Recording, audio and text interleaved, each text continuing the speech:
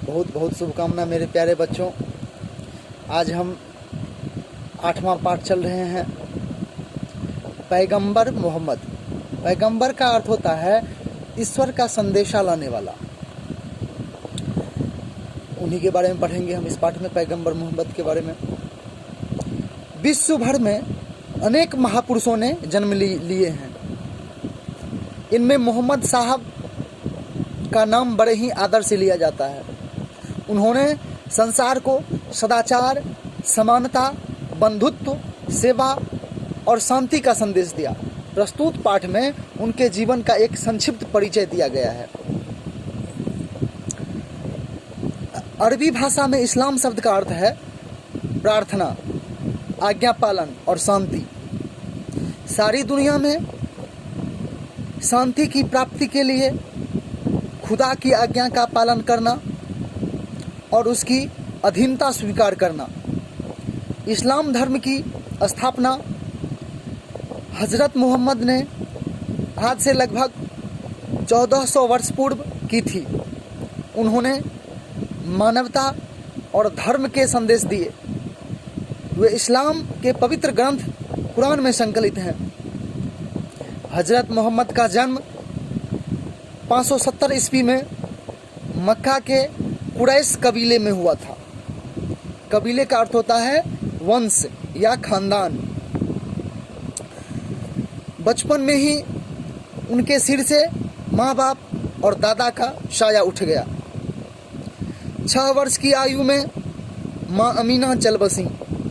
उनके पिता अब्दुल्लाह उनके जन्म से पहले ही और दादा 8 वर्ष की आयु में अल्लाह के प्यारे हो गए। उनके देहांत के बाद चाचा अबू तालिब ने हजरत साहब का लालन पालन किया। बचपन में वे बकरियां चराते थे। जब युवा हुए तो व्यापार करने लगे। इसी कारण उन्हें अच्छी शिक्षा नहीं मिल पाई। बचपन से ही वे ईमानदार, सत्यभाषी, शांत और दयालु थे। सत्यभाषी मतलब सत्य बोलने वाले। एक बार मक्का में अकाल पड़ा।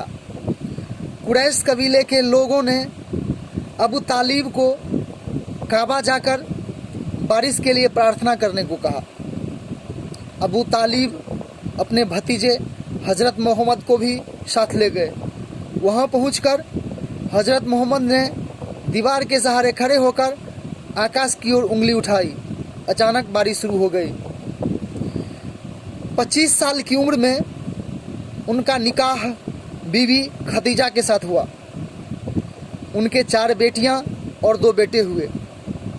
वे सच्चे गृहस्थ की तरह बीवी बच्चों का पूरा ख्याल रखते थे। बचपन से ही वे समाज में व्याप्त बुराइयों को खत्म करने के पक्ष में थे। वे चाहते थे कि समाज से सब प्रकार की बुराइयां समाप्त हो जाएं। इसके लिए वे गारे हीरा नामक मक्का की एक गुफा में चले गए और खुदा के ध्यान में लीन हो गए। जब वे 40 साल की उम्र के थे तब एक दिन गुफा में फरिश्ते जिब्रील ने उन्हें खुदा का पैगाम ला कर दिया। फरिश्ते का अर्थ होता है कि ईश्वर का संदेशा लाने वाला, देवदूत हम कह सकते हैं दूसरी भाषा में। जिब्रील नाम है। खुदा का पैगाम का मतलब संदेश ला कर दिया। इस पैगाम के साथ ही उनके शरीर में चमत्कारिक शक्ति आई। उन्हें ईश्वरीय ज्ञान प्राप्त हो गया और उस ज्ञान को व्यक्त करने की वाणी भी।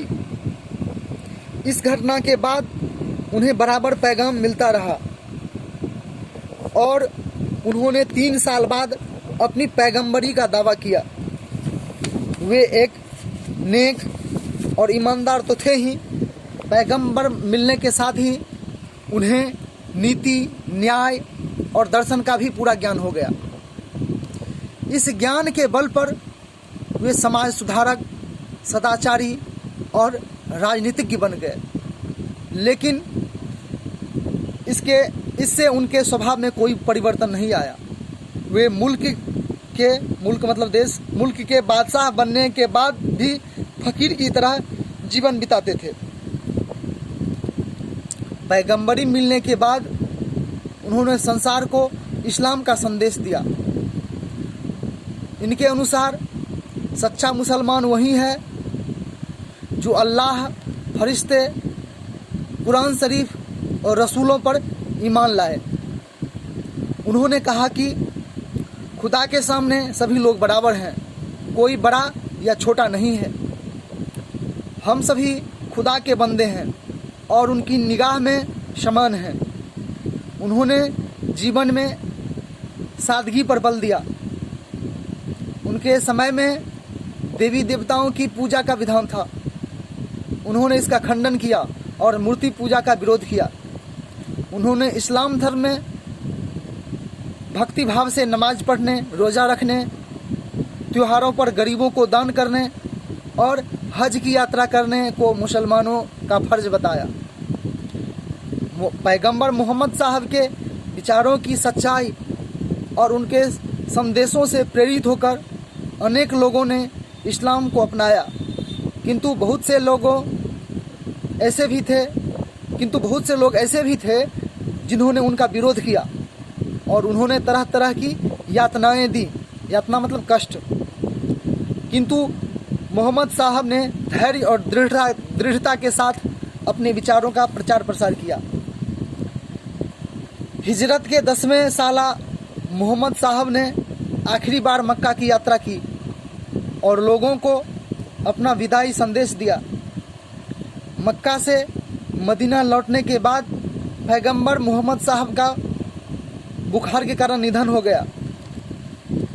इनके निधन के बाद उनके अनुयायी का मतलब उनका अनुसरण करने वाला, उनके नक्शे पर चलने वाला, उनके कदम पर चलने वाला ने इस्लाम के पवित्र संदेश को देश विदेशों में फैलाया। आज इस्लाम संसार का एक विशाल और महत्वपूर्ण धर्म है। धन्यवाद।